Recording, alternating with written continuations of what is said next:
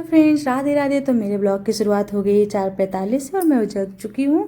तो जैसा कि मैंने सबसे पहले उठ के अपनी हथेलियों को देखा और चूमा, उसके बाद मैंने धरती माता को प्रणाम कर बोला माँ आज के दिन को मेरे और भी आसान बना देना।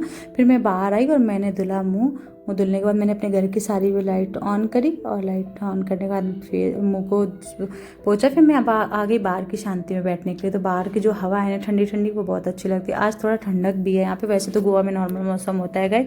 तो फिर मैं आ गई किचन में और मैंने पानी गर्म करा और गर्म पानी पिया, जो कि मैं बताती हूँ कि गर्म पानी सभी को पीना चाहिए।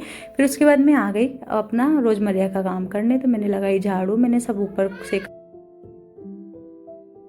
फिर मैंने घर को साफ़ करा, झाड़ू लगाई पूरे घर में और बाहर भी लगाई, क्योंकि सुबह बाहर झाड़ू लगानी चाहिए, लक्ष्मी माता आती हैं। तो मैंने बाहर भी झाड़ू लगाई, फिर मैंने पोछा लगाया। तो गाइस सच में ब्रह्म मुहूर्त में जगना बहुत ही अच्छा होता है। तो ब्रह्म मुहूर्त में सभी को उठ के जगना चाहिए, थोड़ा सा समय अपने लिए भी देना चाहिए। दुनिया बदलने वाले लोग देर तक सोते नहीं हैं दोस्तों। तो आप ब्रह्म मुहूर्त में अपनी शुरुआत करिए, और अगर सच में ज़िंदगी बदलनी है तो सुबह का इंतज़ार मत करो, उसे खुद बनाओ, अपना रूटीन खुद बनाओ।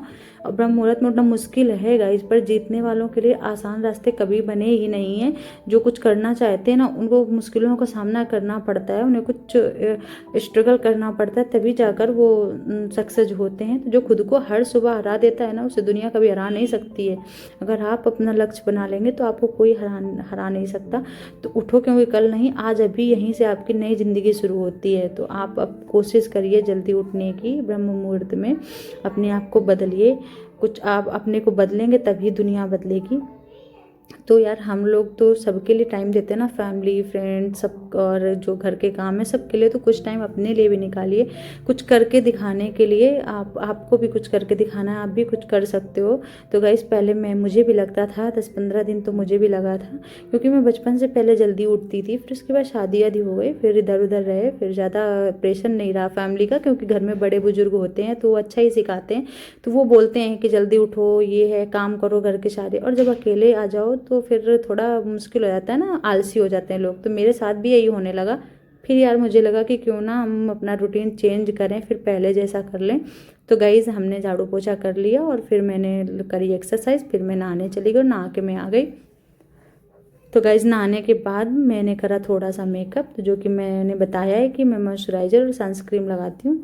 मैंने थोड़ी सी लिपस्टिक लगाई और मेकअप को करा डन, और फिर लगाया सिंदूर। तो दोस्तों सिंदूर तो हमारे सनातन धर्म में मोस्ट इम्पॉर्टेंट है, हमारे सुहाग की निशानी है। तो जो हम औरतें करते हैं तो वो तो ज़रूरी करना चाहिए पूजा करने से पहले। फिर मैंने पूजा करी, आरती करी। तो मैंने गणेश जी की आरती करती हूँ पहले, फिर उसके बाद मैं माता जी की आरती करती हूँ। फिर मैंने मंत्र जाप किया और मंत्र जाप करा, फिर मैंने नाम जाप किया, उसके बाद मैंने रामायण पढ़ी।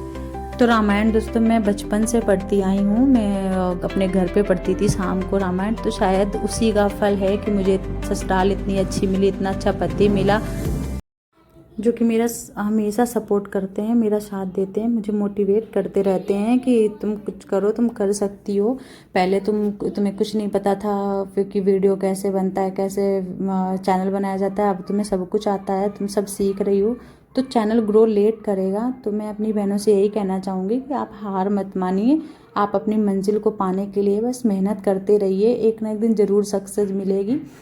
तो व्लॉग डालते हैं तो व्लॉगिंग कीजिए, जो भी आप करते हैं तो वो अपना चैनल पे आप एक्टिव रहिए, धीरे धीरे ग्रो करेगा, सब कुछ हो जाएगा। आप हार मत मानिए। तो बस मैं यही कहना चाहूँगी। फिर मैंने पूजा करने के बाद मैंने घर में सबको आरती दी, और आरती देने के बाद मैंने बाहर जो चौक लगाते हैं मैंने वो लगाया और दीपक जलाया, जो मैंने अपनी मम्मी से सीखा है। मेरी मम्मी करती हैं हमेशा, डेली डेली करती हैं। मम्मी बीमार हो कुछ भी हो, लेकिन मम्मी का ये रूटीन जो है वो कभी नहीं छूटता है। तो तो फिर मैंने सूर्यदेव को पानी दिया और उसके बाद मैंने बच्चियों को दाना दिया। तो देखिए कबूतर आ जाते, मेरा वेट करते रहते हैं, जो जैसे ही मैं डालती हूँ दाना तुरंत आ जाते हैं। फिर मेरे पतिदेव को भूख लगी थी, वो नाइट ड्यूटी करके आए थे, तो मैंने उनके लिए पपाया काटा और फिर हम लोगों ने खाया। और फिर हमने चाय बनाई। बाबू बोल रहा था कि पापा आप चाय बनाओ, आप अच्छी चाय बनाते हो। तो पापा चाय बनाने वाले थे, तो मैंने कहा नहीं मैं बना लूँगी। फिर मैंने चाय बनाई, फिर हम लोगों ने साथ में चाय पी, क्योंकि ये इन पतिदेव के साथ टाइम स्पेंड करना बहुत कम ही होता है, क्योंकि उनका ड्यूटी रहता है। जैसा कि आप लोग जानते हैं कि फ़ौज की नौकरी में क्या है, वहाँ घर पे फैमिली के साथ टाइम कम ही मिल पाता है। तो फिर हम लोगों ने चाय पी, फिर हमने आंवले काटे। आंवले जो बाल झड़ते हैं इसलिए हम लोग आंवले का जूस पीते हैं। तो सच में जिसके बाल झड़ते हों आंवले का सेवन करें। 15 से 20 दिन में तो फ़र्क समझ में आने लगेगा आप लोगों का खुद ही। तो मैं तो पीती हूँ, 15-20 दिन हो गए हैं मुझे पीते, और मेरे बाल काफ़ी हद तक झड़ना रुक गए हैं। तो मैंने जूस बनाया, पत्ती देव और मैंने जूस पिया दोनों लोगों ने। फिर ये बोलते हैं कि कुछ थोड़ा हल्का सा बना लो, वो ज़्यादा भूख नहीं लगी है। तो मैंने चने और मूंगफली के दाने बॉईल किए, जो कि खाते हैं हम लोग, अच्छा लगता है। फिर बाबू बोलता है कि मुझे पॉपकॉर्न खाना है, मैंने उसके लिए पॉपकॉर्न बनाया। यार फैमिली में अगर छोटी छोटी चीज़ें करी जाए कितनी खुशी हो जाती है ना। बच्चों के मन का भी कर दो ना तो वो भी खुश हो जाते हैं। तो बाबू तो पॉपकॉर्न देख के खुश हो गया। फिर पतिदेव बोलते हैं कि आज फ्राइड राइस बना लो। तो मैंने वेजिटेबल कट करके रख ली, मैंने बॉयल किए हुए चने हैं उनको बाहर निकाला, और फिर मैंने पतिदेव के लिए फ्राइड राइस बनाया। तो फ्राइड राइस बनने के बाद गाइस बर्तन पड़े हुए थे, तो मुझे लगा बर्तन, लेकिन जब बर्तन पड़े रहते हैं ना, काम पड़ा होता है ना, तो मन नहीं लगता। ऐसा लगता है कि अभी पूरा काम पड़ा हुआ है। बर्तन तो सबसे ज़्यादा मुझे बड़ा काम लगता है। तो मैंने बर्तन धुले, मैं थोड़ी थोड़ी देर में बर्तन धुलती रहती हूँ। गाइज हम सबसे तो गाइज मैंने बर्तन धुल लिए, और बर्तन धुलने के बाद आप वो फल की चिंता अभी मत करिए, आप कर्म करिए। कर्म करोगे तो फल जरूर मिलेगा। ये जो कर्म करते हैं उनको फल जरूर मिलता है। आप मेहनत करते रहिए, सफलता एक दिन आपके कदम कदम चूमेगी, आप सफल जरूर होंगे। तो इसलिए कहते हैं ना कि मेहनत करने वालों को टाइम लगता है, सक्सेस लेट मिलती है, पर ऐसा नहीं है कि वो सक्सेस नहीं होंगे। आप सक्सेस होंगे, जरूर होंगे।